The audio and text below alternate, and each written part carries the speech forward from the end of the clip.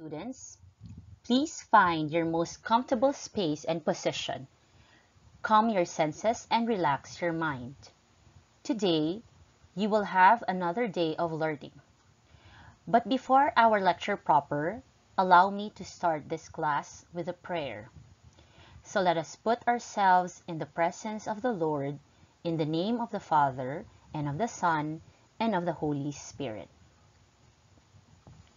Lord, we offer to you our class today. We pray that through your divine guidance, we would learn how to listen attentively. May we appreciate and integrate the discussions and activities so we could learn more. Grant that with this online class, we may recognize the fact that learning does not only take place inside the classroom, but also in other mediums, and that activities should be accomplished for your greater glory. Grant that we recognize you in each of the student and teacher.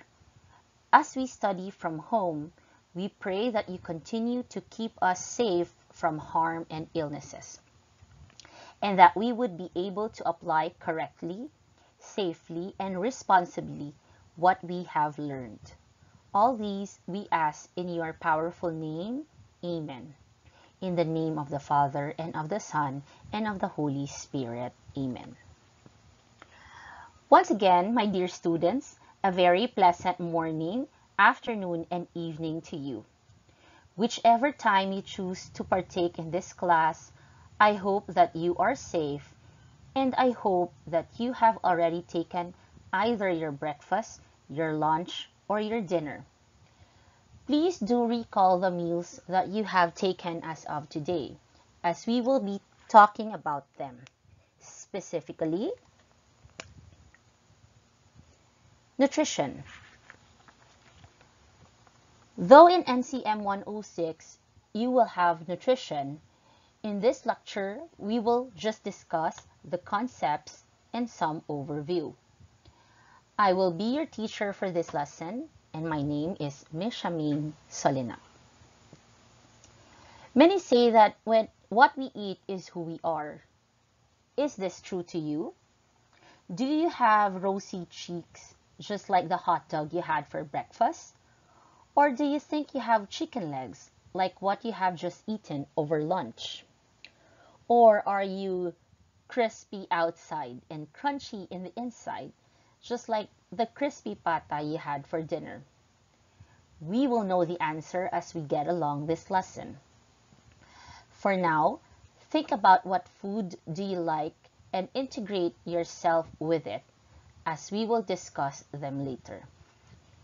So to start with our lesson, let us first get to know the learning outcomes for the topic, nutrition. Number 1, define nutrition and identify essential nutrients and their dietary sources. Number 2, describe normal digestion, absorption, and metabolism of carbohydrates, proteins, and lipids. Number 3, identify factors influencing nutrition and nutritional variations throughout the cycle.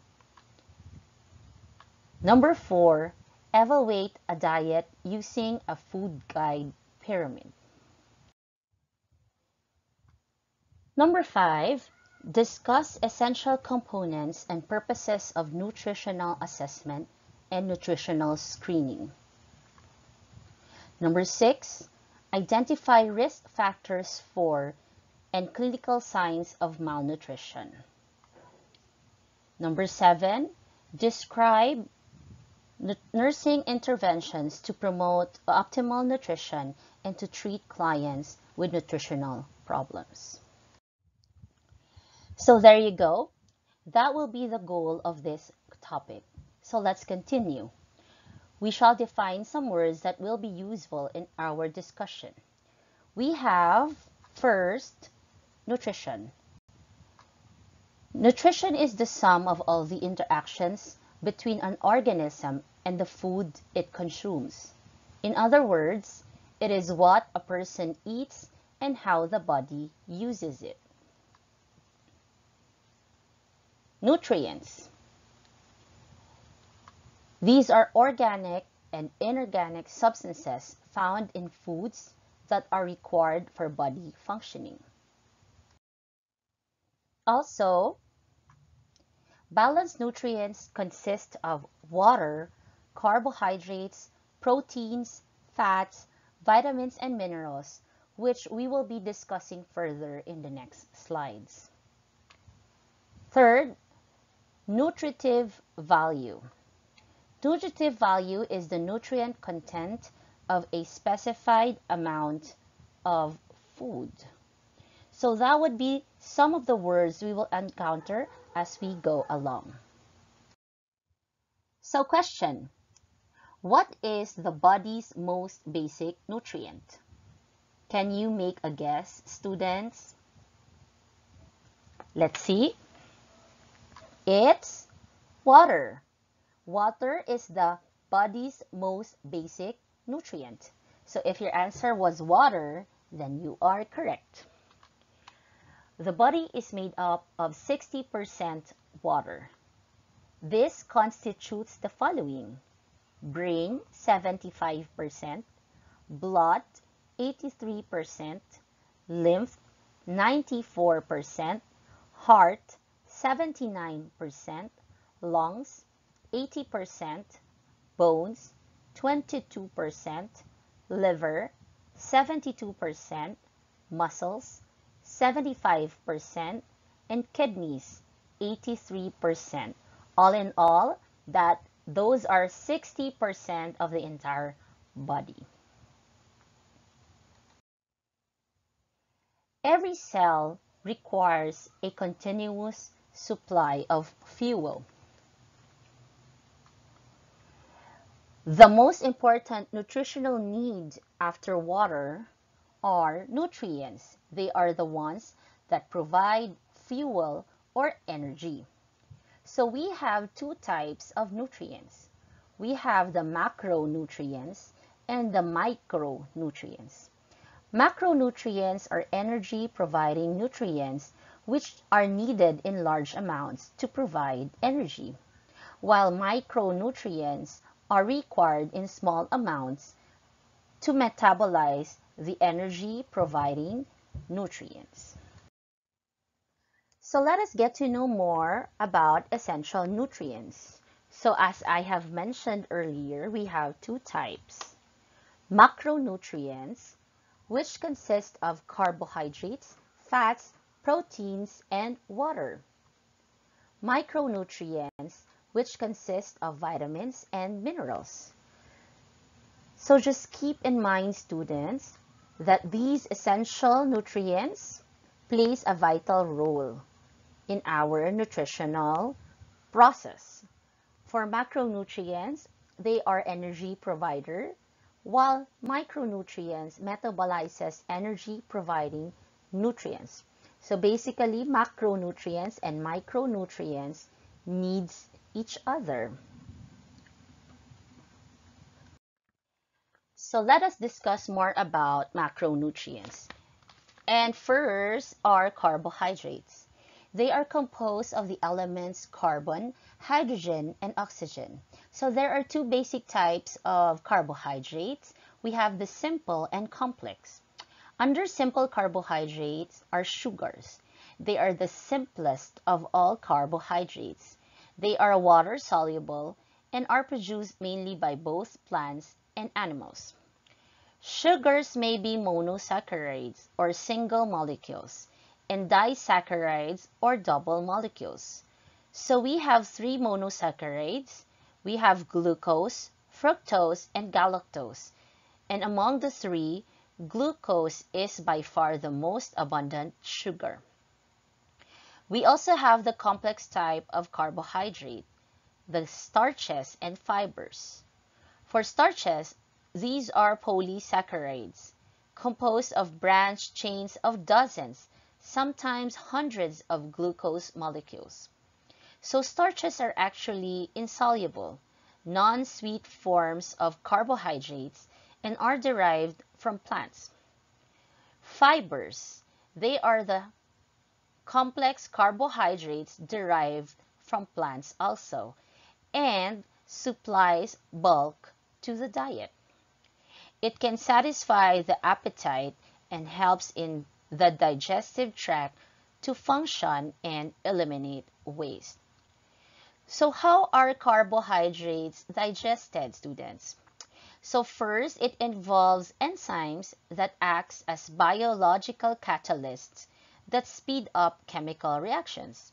So of course, these includes the major enzymes. We have thiolene, pancreatic amylase, and disaccharides.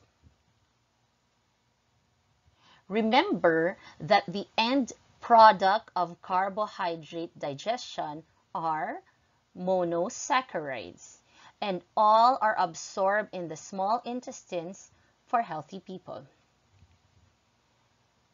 In the metabolism of carbohydrates, if you remember in the previous slide that carbohydrate is a macronutrient and that it is an energy provider. And among all macronutrients, carbohydrate is a major source of body energy. So what happens during the metabolism of carbohydrates?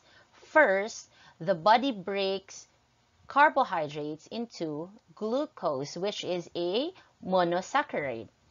Glucose continues to circulate in the blood to maintain blood levels and to provide a readily available source of energy. The remainder is used as energy or stored. So where does carbohydrate stored and converted? Carbohydrate is stored as glycogen or as fat. So remember that almost all body cells can store glycogen, but mostly it is stored in the liver and skeletal muscles, where it will be available for conversion back to glucose, and the cycle continues. Again, glycogen is stored in the liver and skeletal muscles, where it will be available for conversion back to glucose, and the cycle continues. Here's a fun fact for you students. Glucose that cannot be stored as glycogen is converted to fat. So basically, you can rationalize later on that, hey, I'm not fat. It's just that glucose was not stored into glycogen. That is why it turned into fats. I guess we can say that it is the liver's fault. So maybe soon we can use that as an excuse, right? The next macronutrient are proteins. Proteins are formed in combination of amino acids. Amino acids are organic molecules made up primarily of carbon, hydrogen, oxygen, and nitrogen that combines to form proteins. So they are categorized into two: the essential amino acids and the non-essential amino acids. For essential amino acids, they are those that cannot be manufactured in the body and must be supplied as part of the protein to be ingested in the diet. So we have 10 essential amino acids, in which 9 of them are necessary for tissue growth and maintenance, while the 10th amino acid appears to have a role in the immune system. So what are those 10 amino acids? It will be discussed further in your NCM 106. Next are non-essential amino acids. They are amino acids that the body can manufacture. The body takes amino acid derived from diet and reconstructs new ones from basic elements. So there are 9 non-essential amino acids. Furthermore, proteins are also classified into complete proteins and incomplete proteins. For complete proteins, they contain essential amino acids plus non-essential amino acids. Examples of complete proteins are meats, poultry, fish, dairy products, and eggs.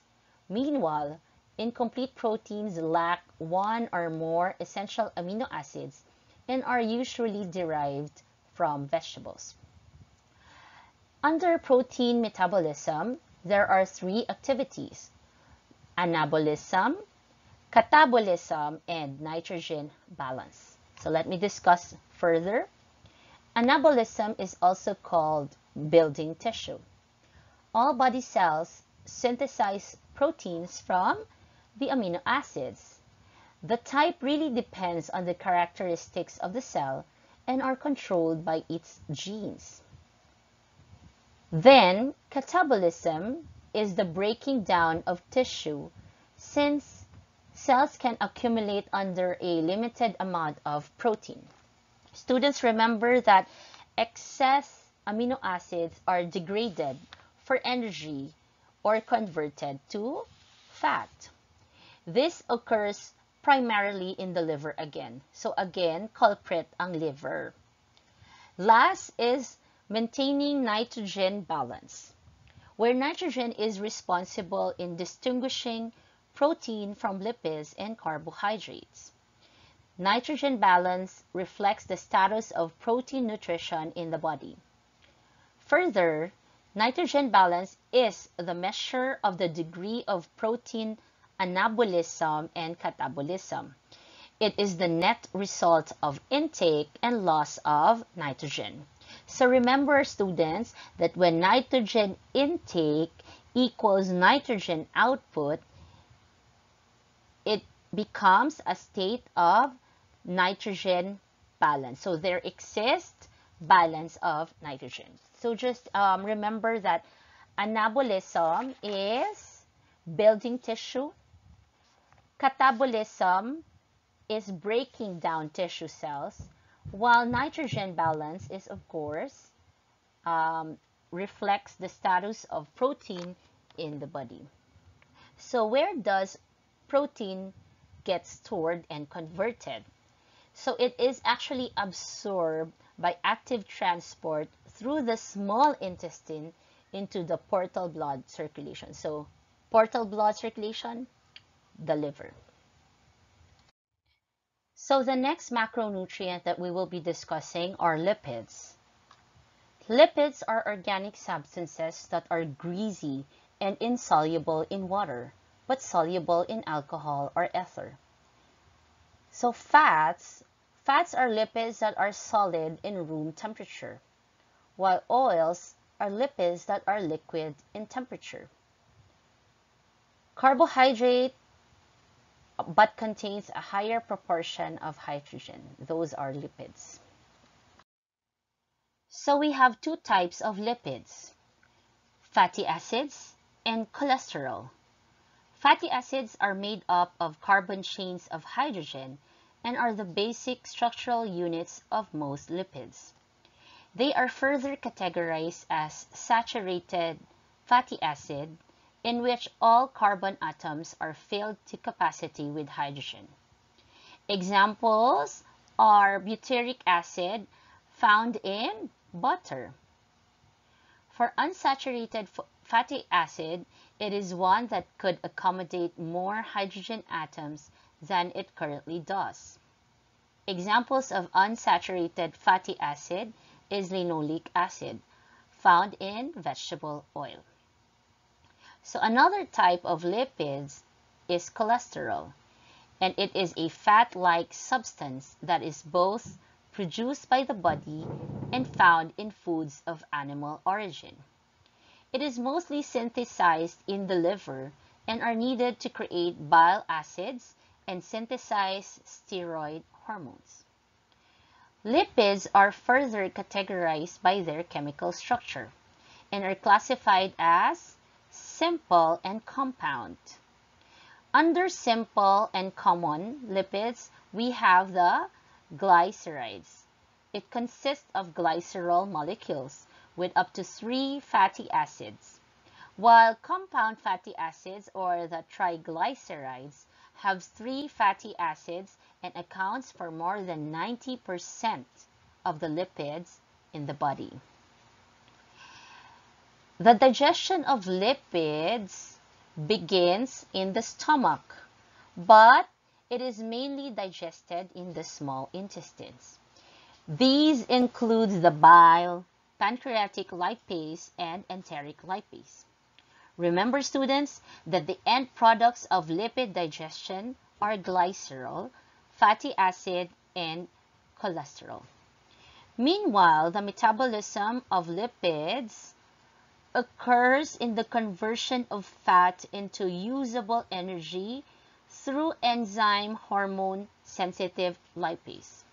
Remember that only glycerol molecules in fat can be converted to glucose.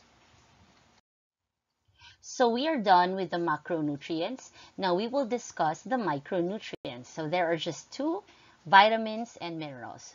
So first, let's do vitamins. Vitamins are organic compounds. We have 2 types, water-soluble and fat-soluble. Water-soluble vitamins includes vitamin C and B complex. The body cannot store these vitamins, thus they are derived from daily supply in diet and may be degraded by food processing, storage, and preparation. Next is fat-soluble. These includes vitamin A, D, E, and K. They can be stored, but with the limitation of vitamin E and K. Daily supply is not necessary, and it is found to be highest in fresh foods consumed after harvest. So the next micronutrient are minerals. They are found in both organic and inorganic compounds and as free ions. There are 2 types of minerals. First, the macrominerals, requires in daily amounts over 100 milligrams. This includes calcium, phosphorus, sodium, potassium, magnesium, chloride, and sulfur. Calcium and phosphorus make up 80% of all minerals in the body. Next type are macrominerals. Requires daily amounts less than 100 milligrams. This includes iron, zinc, manganese, iodine, fluoride, copper, cobalt, chromium, and selenium. Common problems associated with mineral nutrients are iron deficiency, resulting in anemia, and osteoporosis resulting from loss of bone calcium. Students, to further get to know about macro and micronutrients, on this next slide, you will be watching a summary of all the functions and processes of these nutrients. So sit back, relax, and make sure to have your pen and paper ready for you to take down notes. Again, word of advice, take down notes. Hello again, viewers. We all know that the food we eat often provides us with essential nutrients. In this video, we're going to talk about the 6 basic nutrients that you can get from food and their functions. Let's get started with the nutrient which dominates more than 60% of our body. Water. Even if you decide to go on a diet and not eat any more proper meals, you can still survive, although you won't make it without water. For every organ of your body to work properly, it needs water. This liquid helps your brain function and cleanses your body of toxins. The cells in your body stay hydrated because of water. Apart from that, water also helps in the process of digestion. If you're someone who doesn't drink water regularly, you might find yourself constipated more often than not. If you aren't drinking water properly, you'll end up becoming dehydrated. That's not good for your body as it can affect its mental and physical performance. Not drinking enough water can also make you feel tired, and reduce your ability to concentrate. Vitamins. The basic function of these nutrients is to keep away diseases and keep you healthy. Without a healthy dose of vitamins, it would be difficult for your body to fight microorganisms. While there are about 13 types of vitamins that your body needs, 4 of them are extremely essential. These are vitamin A, B6, C, and D. These 4 vitamins play an important role in your body. In case you aren't getting enough of these vitamins, you might face some problems. For example, lack of vitamin B6 can cause your blood pressure to lower uncontrollably. Similarly, lack of other vitamins may cause skin problems, vision problems, and weakness. On the other hand, having enough vitamins in your body would mean that you'll have a healthy immune system. The risks of getting lung and prostate cancer would also reduce with the proper intake of vitamins. Additionally, vitamins also have high levels of antioxidant properties that are good for your body. What's more, it's been found that vitamins play an important role in longevity of a human being. Protein. This is the nutrient that gets the most hype. Go to any nutritionist and they'll suggest a lot of food items for the proper intake of protein. These include meat, eggs, and some grains. So why is protein so popular? Well, protein is the building block of your body. No, we don't mean just muscles. We're talking on a deeper level. Whether it's your bones, muscles, skin, hair, or even the cells in your body, everything contains protein. In fact, protein is responsible for a staggering 16% of an average human's body weight. Even your hormones and antibodies are composed of proteins. In other words, it would be very difficult to live without this nutrient. This begs the question, what are proteins made of? Well, the answer is fairly simple. They're made up of different types of amino acids. Your body needs protein so that it can function properly. This is why your nutritionists always stress that you have a lot of protein in your diet, even if you're looking to lose weight. So the next time they ask you to have scrambled eggs at breakfast, take the advice. They only want what's good for you. Fats. Yes, the nutrient that you want to avoid. Well, maybe you shouldn't avoid it so much after all. Of course, an excessive amount of fats may be dangerous for your body. Too much fat can cause problems for our blood pressure levels and heart, as well as our digestive and respiratory systems. So why are we saying you shouldn't avoid fats? Well, according to a study at Harvard Medical School, it was found that fats help the absorption of other nutrients. On top of that, fats play an important role in cell building. If that wasn't enough to convince you, the study also showed that fats help to improve your muscle movement. While you might want to avoid fat because of high amounts of calories, it would be better if you ingest it and then burn those calories instead. Additionally, if you can consume fats at a controlled basis and burn calories, it will decrease the risk of heart diseases.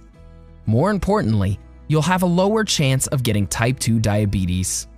It had also been speculated that controlled intake of fat improves brain function. Minerals. When we talk about minerals for our body, the first thing that might come to mind is calcium. Although this isn't the only one, don't forget about iron and zinc.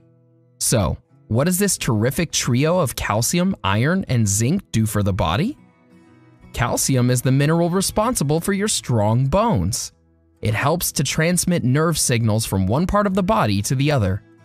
Calcium helps maintain healthy blood pressure, as well as improve muscle contraction and relaxation. Similarly, zinc is your go-to mineral when it comes to boosting your healing factor. Zinc improves your metabolism and strengthens your immune system. It also increases your resistance against diseases. The last mineral here is iron, which is responsible for the creation of your red blood cells. On top of that, iron also plays an important role in the production of hormones in your body. Carbohydrates. While the world is moving towards low-carb diets, it's still one of the most important nutrients for our body. Carbohydrates serve as food for your brain and your central nervous system. While we wouldn't ruin your diet plan by including too many carbs, you should still consume a healthy amount of this nutrient in order to have a healthy lifestyle. Are you consuming your nutrients? Do you drink enough water every day? Let us know in the comments. We would love to hear from you. Enjoyed this video? Hit like, share, and subscribe to Bestie. Wait! What kind of bestie would we be if we didn't tell you about our other awesome videos?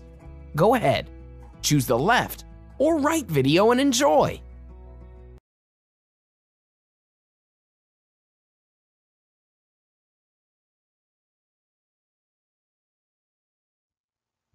So there you go, students. I hope you have learned something from that video. And I hope that you caught the idea that iron plays an important role in your hormones, specifically sex hormones. So that's why take in a lot of iron. So let's continue. We have here energy balance. This is one of the structures that are important also in nutrition.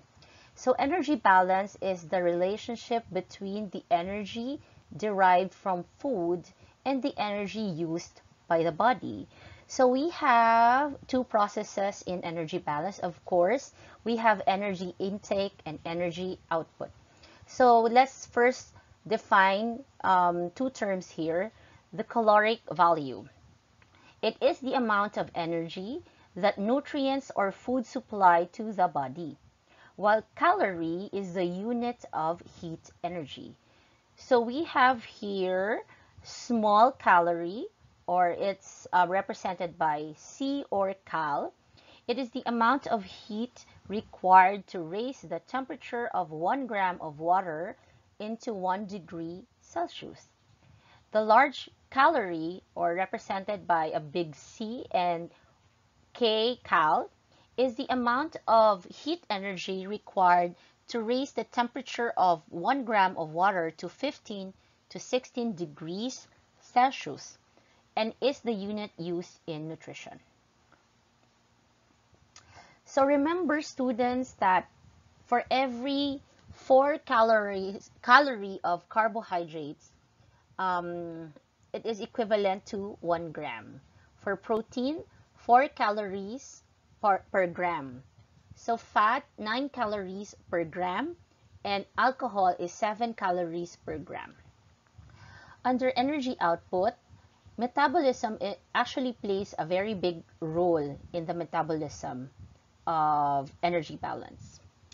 So the rate at which body metabolizes food to maintain the energy requirements of a person who is awake and at rest is called basal metabolic rate. The energy in food maintains the basal metabolic rate and provides energy for activities such as running and walking. Meanwhile, the amount of energy required to maintain basic body functions, in other words, the calories required to maintain life, is called resting energy expenditure. Please do remember that all biochemical and physiological processes by which the body grows and maintains itself is influenced by metabolism. And to maintain life is to also maintain a healthy body. But this requires a balance between the expenditure of energy and, of course, the intake of nutrients. Now let us discuss about body weight and body mass standards. Remember, students, that when energy requirements of an individual equate with the daily caloric intake, the body weight remains stable. Let us discuss ideal body weight. It is the optimal weight recommended for optimal health. To determine an individual's approximate IBW, or ideal body weight, the nurse can consult standardized tables which will be presented on later slides. Some health professional, however, states that there is another more reliable indicator of a person's healthy weight, and that is the body mass index. It is an indicator of changes in body fat stores and whether a person's weight is appropriate for height, and may provide a useful estimate of malnutrition. However, results must be used with caution in people who have fluid retention, athletes, or older adults. Another measure of body mass is percent of body fat. The most accurate way to measure this is by underwater weighing and dual energy X-ray absorptiometry, or DEXA. Despite that this is time-consuming and expensive, of course. Other procedures to measure body mass includes waist circumference, skin fold testing, and bioelectrical impedance analysis, which will be further discussed later on. And since we were talking about body weight and the body mass standards, and that the body weight must remain stable, we will now discuss how to measure the body mass index. For body mass index, it is equal to the weight in kilograms over the height in meters squared. So don't forget the square there. So example, you have a client who weighs 72 kilograms and a height of 1.7 meters. So let us solve for the BMI. So the given BMI is equal to 72 kilograms for weight, and then 1.7 meters squared, or we can also write it as 1.7 times 1.7 meters. So if you're going to use your calculator, the answer is 24.9. So under the standard table of measuring body mass index, the value 24.9 is actually normal. So please take note, students. So for 1 foot is equal to 0.3048. For 1 inch is equal to 0.0254. Now, I want you to solve for your own BMI. And later on, after you have solved your own BMI, please write your answers on the message box after this lecture. So in the slide, students, you can see here 2 boxes. Box 47-A, it's approximating ideal body weight. Box 47-2 is classification of overweight and obesity by BMI, waist circumference, and associated disease risk. So I am just presenting this to you for familiarization. But here in box 47-2, you can see here this one. Okay, so this is where we will get the value of our BMI. This is the interpretation of the value of our BMI. If you remembered in the previous slide, the answer was 24.9. So it's considered normal. So again, students, after this lecture, please put your BMI and the interpretation of your BMI on the message box after this lecture. So next, we will be discussing about factors affecting nutrition. So factors that affects nutrition is a very important information that we should know as nurses also, because in this way we will identify how our clients look into food, their preferences, and how they react to a certain situation concerning nutrition. First is development. So rapid growth of periods of growth, have increased needs for nutrients. It is simply because as we grow, our body also grows, and our need for added nutrients also grows. Next, sex differs due to body composition and reproductive functions. The nutritional needs of women compared to men varies. Some men eat more than women, and of course, some women eat more than men. It really depends on the metabolism of a person. Next is ethnicity and culture. Food preference differs as such among cultural backgrounds. So this is just a self-explanatory. And as nurses, we should also give consideration to our patients' preferences, or we should respect their preferences. Next is belief about food. Food fads that involves non-traditional food practices are common. Fad here is widespread but short-lived interest followed with considerable zeal. Some fads appeal to the individual seeking a miracle cure for a disease. Another is personal preferences. Individuals' likes and dislikes can be related to familiarity. Next is religious practice. Of course, like Roman Catholics, Protestants, Islam, Orthodox Jews, and etc. So Protestants here prohibits meat, tea, coffee, or alcohol. Catholics avoid meat on certain days like in Holy Week. Orthodox Judaism and Islam prohibit pork. Next factor is lifestyle. It is linked to food-related behaviors. Example, a person who is in a hurry opts to buy food in convenience stores or fast food compared to a person who stays at home and may have time to prepare more meals. So it really depends on the situation. Next, economics. So socio-economic status is a factor. So again, self-explanatory. Medications. The effects of drugs on nutrition is one of the factors affecting nutrition also.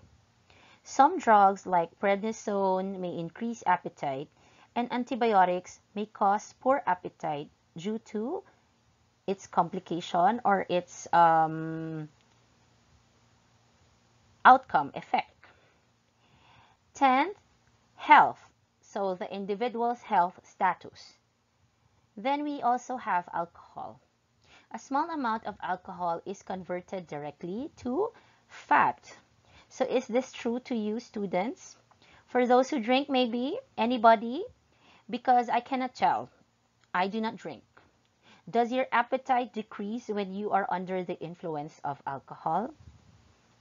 I think I can sense some nods and no's there. You know what happens every time you ingest alcohol. Okay. Moving along, advertising. So, influence on people's food choices and eating patterns. Who wouldn't be persuaded to go for a drive-through in Jollibee when you see a commercial on TV? Lastly, psychological. So these includes feeling of stress, depressed, lonely, or happy. It all boils down to eating. So when you're stressed, you eat. When you're depressed, you eat. When you're lonely, you eat. And when you're happy, definitely you eat. And let me say, eating unhealthy foods, right? I sure am, students. Because I myself, when I'm stressed, I'm not depressed, I'm not lonely, but happy, I usually give in to unhealthy foods sometimes, of course, not most of the time. So now we will discuss about nutritional variations throughout the life cycle. So first, of course, it starts with the neonate to 1 year old or 0 to 1. The neonate's fluid and nutritional needs are met by breast milk or formula. The newborn is fed on demand. So what does it mean when we say fed on demand. So before, I remember when I was still a nursing student, I thought that infants, especially those children in the NICU or pedia, we are required to feed them every 2 to 3 hours. That was before. But actually, as time goes by, I've heard more about feeding on demand, which I actually applied with my children. So what is feeding on demand? It is basically feeling and knowing your child if when or she needs to be fed. So basically, the child may cry. So crying is one way for the child to actually inform the parent that he or she is hungry. So every time the child cries, you give milk or you breastfeed. So not long ago, that is what usually happens. So you only feed the child when the child asks you to feed him or her. Next is regurgitation or spitting up. So this is actually very common during or after feeding and within the first year. Bottle mouth syndrome. So take note of these, students.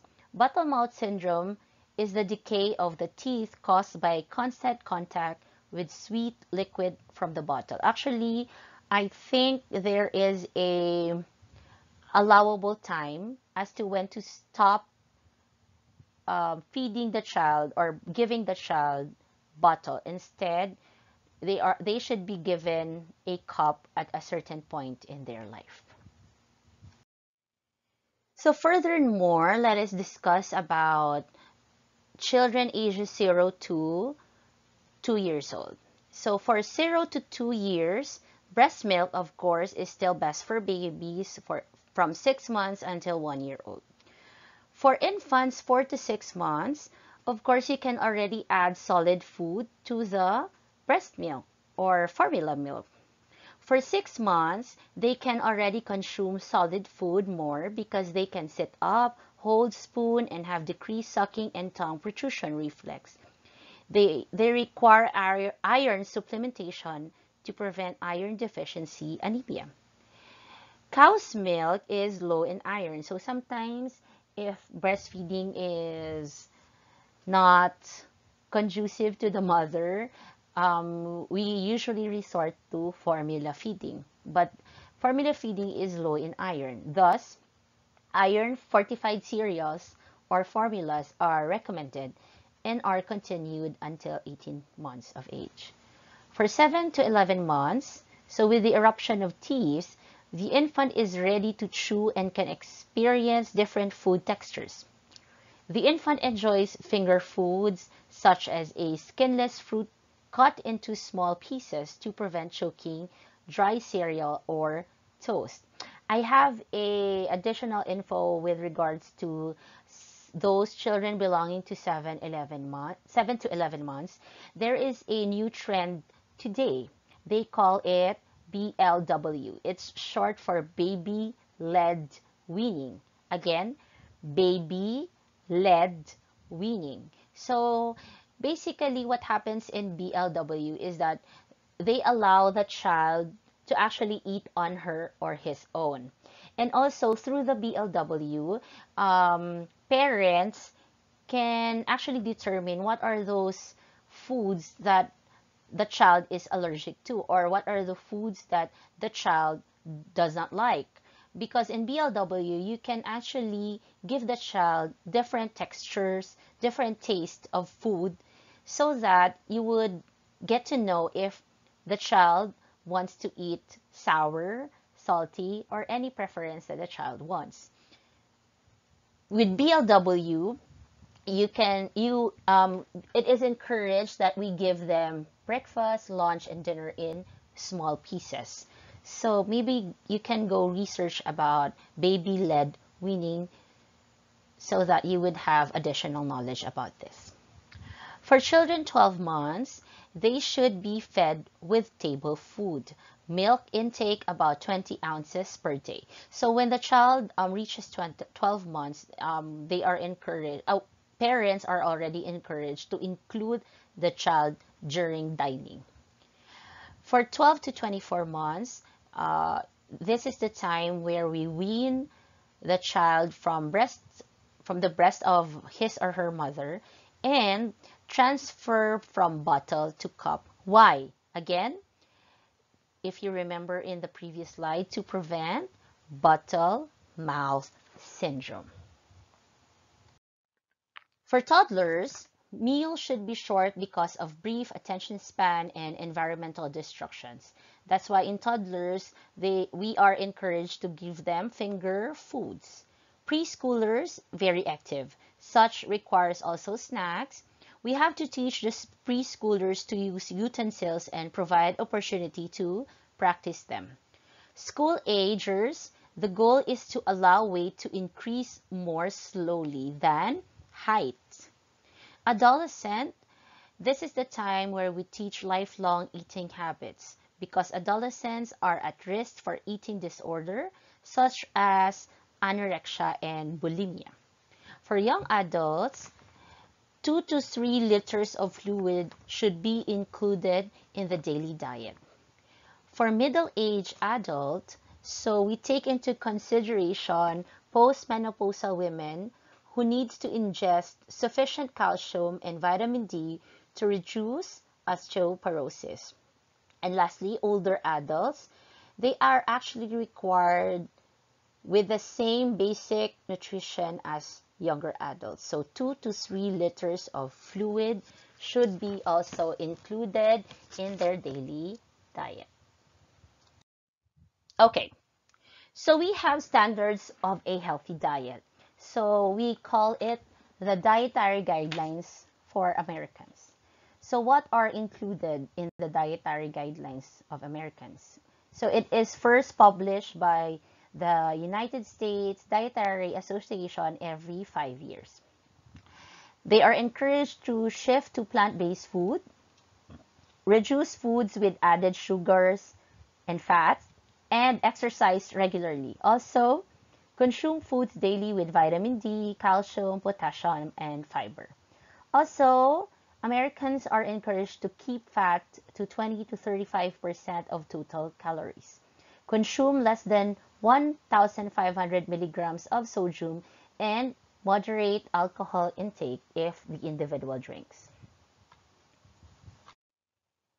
So if the Americans has their dietary guidelines, Filipinos also have nutritional guidelines, and these includes the 10 nutritional and health messages. First, or number 1, consume fish, lean meat, poultry, egg, dried beets or nuts daily for growth and repair of body tissues. Number 2, breastfeed infants exclusively from birth up to 6 months and then give appropriate complementary foods while continuing breastfeeding for 2 years and beyond for optimum growth and development. Number 3, consume milk, milk products, and other calcium-rich food such as small fish and shellfish every day for healthy bones and teeth. Number 4, eat more vegetables and fruits to get the essential vitamins, minerals, and fiber for the regulation of body processes. Number 5, eat a variety of foods every day to get the nutrients needed by the body. Number 6, consume safe foods and water to prevent diarrhea and other food and waterborne diseases. Number 7, limit intake of salty, fried, fatty, and sugar-rich foods to prevent cardiovascular diseases. Number 8, be physically active. Make healthy food choices. Manage stress. Avoid alcoholic beverage and do not smoke to help prevent lifestyle-related non-communicable disease. Number 9, attain normal body weight through proper diet and moderate physical activity to maintain good health and help prevent obesity. And number 10, use iodized salt to prevent iodine deficiency disorders. So iodized salt, Pilipinong Pilipino. Of course, we follow also a food guide. So we call it Food Guide Pyramid. It is a graphic aid developed by United States Dietary Association as a guide in making daily choices. The food groups includes grains, vegetables, fruits, milk, meat, and beans are drawn from the base of the pyramid to the apex. This indicates that activity, moderation, personalization, proportionality, variety, and gradual improvement are the keys to good nutrition. Also, an added guide is, we call it My Plate. Actually, this is new. It is a simple reminder on how to implement dietary guidelines, and it was actually introduced by Michelle Obama. So vegetarian diets. There are two basic VDs or vegetarian diets. We have one, vegan. A vegan uses only plant food. Number two, of course, aside from plant food, those that include milk, eggs, or dairy products. So take note, students, protein found in plant food are incomplete proteins. Therefore, vegetarians must eat complementary protein foods to obtain essential amino acids. It is important to eat a wide range of foods and maintain balance with protein, vitamin, and mineral supplements as needed. So here's is a picture of our food pyramid guide. As you can see, it is arranged from lowest to highest. Lowest to highest. We use this guide starting from the base here, which is considered the first line of healthy living, up to the apex here as the last line for healthy living. So we have in the base, we have water and beverages. The recommended is 4 to 7 glasses. Second level are rice products, corn, root crops, bread, and noodles, 2 to 4.5 servings. Third level are vegetables and fruits. Fourth are milk and milk products, fish, shellfish, meat and poultry, dried beans and nuts, and eggs. And for the last, we have sugar and sweets, fats and oils. Okay, those are just an overview of the food pyramid guide. So altered nutrition, of course. So let's get to know about altered nutrition. We have malnutrition. Malnutrition is the lack of appropriate food substance. Overnutrition, caloric intake in excess of daily energy requirements, resulting in storage of energy in the form of adipose tissues. Undernutrition, intake of nutrients insufficient to meet daily energy requirements because of inadequate food intake. And protein calorie malnutrition. This is actually, you can see this actually in starving children of underdeveloped countries. So maybe those children that you see in Facebook, where they are, what do you call that?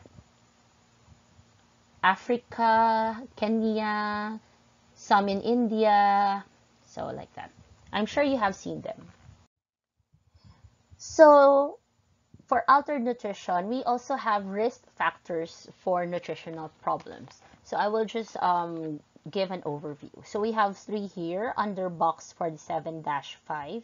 So we have diet history, medical history, and medication history.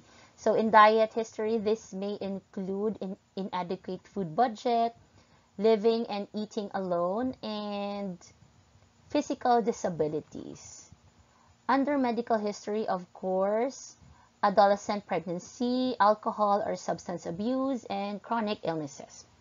Under medication history, of course, this includes a lot of medications, if not all. So we also have antacids, antidepressants, and antihypertensives.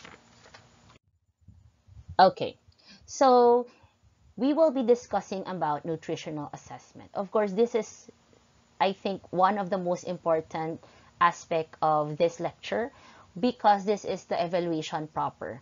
Of course, in every discussions that we make, interventions, these all lead to evaluation. So nursing assessment is the ultimate evaluation already. We have been discussing factors that affect nutrition, nutritional variations throughout the life cycle, risk factors, and we also discuss standard guidelines for health. So now we need to evaluate how stable and how healthy a certain individual is. So this is where nutritional assessment comes in. So how do we measure nutritional status? We have the ABCDs of nutritional assessment. A stands for anthropometric measurements, B, biochemical parameters, C, clinical evaluation, and D, dietary history. So what is the purpose of the nutritional assessment? To define patients' nutritional status, may be malnourished, well-nourished, underweight, overweight, or obese. To make a diagnosis based on nutritional status. To start developing a nutritional care plan. To determine when to screen for disease. To establish the adequacy of a diet, and to monitor changes in nutritional status over time. So like hospital setting, long-term care facility, and periodic ambulatory clinic visits. So let's discuss further. We have anthropometric measurements. It's a non-invasive technique that aims to quantify body composition. So we have 3, skin fold measurement, or it is a measure that determines fat stores. Number 2, mid-arm circumference, measures fat, muscle, and skeleton. Number 3, the mid-arm muscle area, calculated by using formula SF in the MAC. Biochemical or laboratory data. This provides objective data to the nutritional assessment. There are 3, serum proteins, estimate of visceral protein stores in the body, urinary test, measure of protein catabolism, and the state of nitrogen balance. Number 3, total lymphocyte count. A decreased result in the total lymphocyte count shows that there is depletion of protein. Clinical data is the assessment that focuses on rapidly proliferating tissues such as skin, hair, nails, eyes, and mucosa, but also includes a systematic review comparable to any routine physical examinations. Calculating percentage of weight loss, the comparison of height, current body weight, and usual body weight, and of course the ideal body weight based on healthy people. And lastly, dietary data. We have 4. We have the 24-hour food recall. Of course, it's self-explanatory based on the name. Number 2, food frequency record. It's a checklist that indicates how often general food groups are eaten. Number 3, food diary. It's a detailed record of measurement amounts of all food and fluids a client consumes, usually 3 to 7 days. And lastly, diet history. It's an extensive interview by the dietitian. So what are the possible nursing diagnoses for nutrition? The least are the following: imbalanced nutrition less than body requirements, obesity, overweight, readiness for enhanced nutrition, activity intolerance, constipation, chronic low self-esteem, risk for infection, and knowledge deficits. Please read more on nursing diagnosis, students, and understand them. So there are more actually. Um, you can use the reference Nanda. So as nurses, it is really important for us to intervene for our client. So what are the different nursing interventions that we can apply? So it is important that we maintain or restore optimal nutritional status, promote healthy nutritional practices, prevent complications associated with malnutrition, decrease weight gain or regain specified weight, and in planning for home care, provide aid with eating, purchasing food, and preparing meals. Instruct about nutrition therapy, assess client and family's abilities for self-care, financial resources, and need for referrals. For clients who need help in relation to their nutritional status, so it is really important that the caregiver has knowledge. If not, as much knowledge as nurses, at least simple knowledge of feeding the client and preferences and of course safety.